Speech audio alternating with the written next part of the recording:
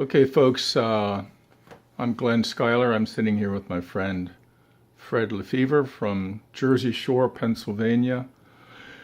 And Fred has a site up on GoFundMe. Um, he's in need of some financial help. And I'm just chatting here with Fred just to show you that he's a real person. This isn't some kind of a scam that he's running. He's right here. He's willing to talk to you, answer questions that I might have. And I'm just going to ask Fred right now to just kind of give us a rundown of his situation. Our situation at the moment is we don't have much work. Our business is going to have to close down. I deliver sheds mostly for a living, have for the last 4 years. But the cost to stay on the road is just too much. My wife was injured at work 3 years ago and damaged her back and neck and shoulder, and then got carpal tunnel and is no longer able to work. She's filed for disability, but that hasn't come through yet. But by the end of March, our business will be closed, and then we're in a tight spot. Fred, you said something about just when we were chatting here that you're going to be losing something close to what, $65,000 in business this year because of a couple customers have pulled their Yeah. accounts or are no longer going to be doing business. Yeah. So Due to the truck being down so much last year, I think, costing so much money to fix, and so we don't. The thing that amazed me about you, Fred. I know Fred. I've known Fred for over 5 years because we both drive for the Amish. We take the Amish to a farm market in the Poconos, Pennsylvania, and Fred was driving for one of the vendors at the market. And for I think it was like over a year, I never even knew that you were handicapped, Fred. Yeah. Never knew it. I mean, you can see there by his crutches. He can probably tell you about that situation later on. But I think the thing that impresses me the most about you, Fred, is you're a guy that many people in your situation would have given up years ago. They would have just thrown in the towel, collected their disability check, and just... No, doctors told me I should have never got out of bed.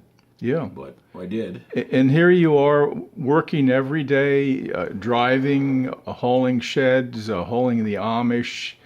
And what did you do before that, Fred? I did foster care for 7 years here at home. We had, through the whole time, we had about 65 kids. Okay. Plus we had 5 of our own. And we had damage due to 2 fires. I lost my whole garage, my storage shed out back, and damaged the house. And we didn't have enough insurance to cover it, and state didn't help at all. And so we've been slowly working at the house here. We haven't lived in here in 5 years. We're living in a camper in that new garage out there. We've been trying to do as we can in here and get it fixed up so that we can move back in, but there's a lot to do yet. All the main stuff's done. Roof, siding, so windows. you were a foster parent for how many years? 7. 7 years. Yep. And you cared for how many kids over that 7? There were 65 children through my home. Wow. In that time. Wow. That's incredible. Plus 5 of our own. Yeah. Wow. And all while being in a situation where you basically can't walk. Yep. You have to use it. And I've seen Fred try to get around, and it's tough. The older I get. Can you explain the situation? What is the medical situation with you, Fred? I was born with arthrogryposis. It's a muscle and bone disorder. I was born without parts of my hips. They had to make them, and they've been in there since I was a child. I actually spent most of my first 7 years in the hospital. I was told that I've had 30-some operations in that time. They had to break my thighs and had to make my hips, then break my thighs and twist them and screw them together, break my feet and turn them, and then had to wear braces at night to try and keep them in place for years. So you've been in a lot of pain over the years. Oh, I've had pain. I've had pain every day of my life. Every day. Some days worse than others. The weather doesn't help. But the older I get, the harder it is. If I get up on my feet for 6-8 hours working, Yeah.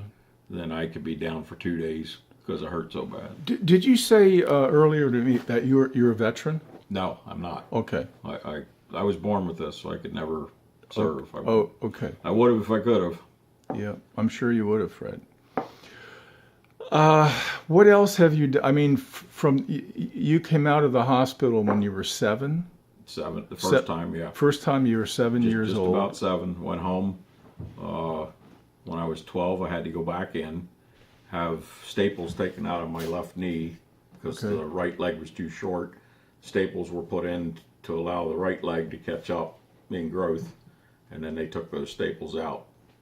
And my dad came to pick me up and told me that they had bought a farm and he was going to make a farmer out of me.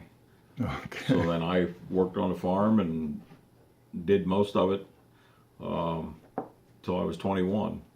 I raised black Angus beef and corn and alfalfa and helped the neighbors with tomatoes and tobacco. And all while Went to school. and normal all school. while you're walking Yep, around on with crutches. Yeah, there's lots of stories there. Then after that, I worked in a store after I graduated high school in 1980, and worked in a store that my parents were part owners in at the time for about a year. And then I went to a company towards Lancaster County that subcontracted from IBM. They were a defense contractor, and I worked on the B-1 bomber, Harpoon Tomahawk missiles, and communications gear, stuff like that, Okay. for about 10 years Wow. till they went out of business. And in that time, I got married to my first wife, and we had 3 children of our own, 2 girls and a boy. And 5 years later, she left. Won't get into that. Then we moved up here to Jersey Shore area, and I had to file for disability. Nobody would hire me after the company went under. Everyone put out 200 resumes, 200 applications, sent them out, and I heard from 2 places you're overqualified.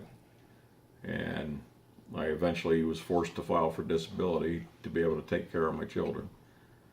Wow. And I did that by myself pretty much for 10 years. And I got remarried with her and her 2 children, and I adopted the youngest one because he was here, and she's been here ever since, and we've been working together trying to have a family. And Fred, I know from reading your story on GoFundMe, you said this is a hard thing for you to do. real hard. Yeah. The Because I know you're a man that you like to make your own way in life. You like to earn your own way in work, and that's all you've been. I don't want to be a burden on anybody. I know that. Yeah, I know you yeah. well enough to know that that's true. So this has to be a hard thing for you to do. It was. I woke up, I had tossed it around for months about doing it because I don't see any other option at this point. I woke up at 2:30 a week ago and decided to give it a shot.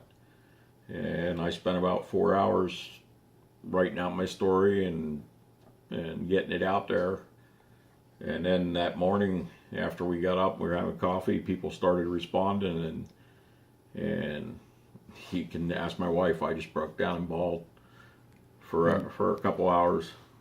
I never thought, I knew it was going to be hard, but I never thought that I would get at this point to where I'd have to ask for major help to try and keep a place. Okay, we're at about 9.5 minutes now. I don't want to make this too long, but Yep. if you were to say something to all the folks that will be watching this video, what do you want to say to them? And like, they might ask, well, why should we contribute to you? And what's your response to that?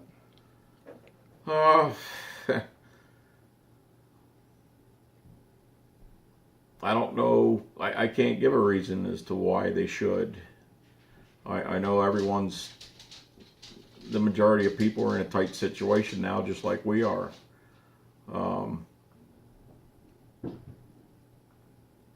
But I can't go out and get a job because of my disability. They won't hire me, and it's just getting harder and harder to be out there 6 days a week. From what I gathered from you, Fred, is you'd be out there working right now if you had to If work. I could have the opportunity You to wouldn't- work, I would. You would be, and I know you well enough. I know that's true. Here's a man that has worked hard his whole life. When most people in his situation, like I said before, would be sitting on a sofa watching TV with a case of beer and not attempting to in any way earn their own way. And here's a guy that, in my opinion, deserves some help, and that's what he's asking for. Just some help from all the folks that might be watching this. Doesn't have to be a lot. Nope. $10, $20, whatever they can afford. And I know, Fred, that you would appreciate this. You've told me that this is a hard thing to do, but I know that from your reaction from the folks that have given to you already, that this is something that would mean the world to you, because you're trying to save your home. Mm-hmm. You're trying to save a place that's been a part of your life for most of your life. Yeah, for And 20-some years, half my life. And I know what that's like, because the house I live in has been in my family for 6 generations. So I know what that feels like when that's threatened. Okay, anything else before we I just go? want to say I appreciate anyone that can help. Thank you for your donations, and God bless everyone. Okay, well, thank you, Fred. I appreciate the time. Thank All you. right.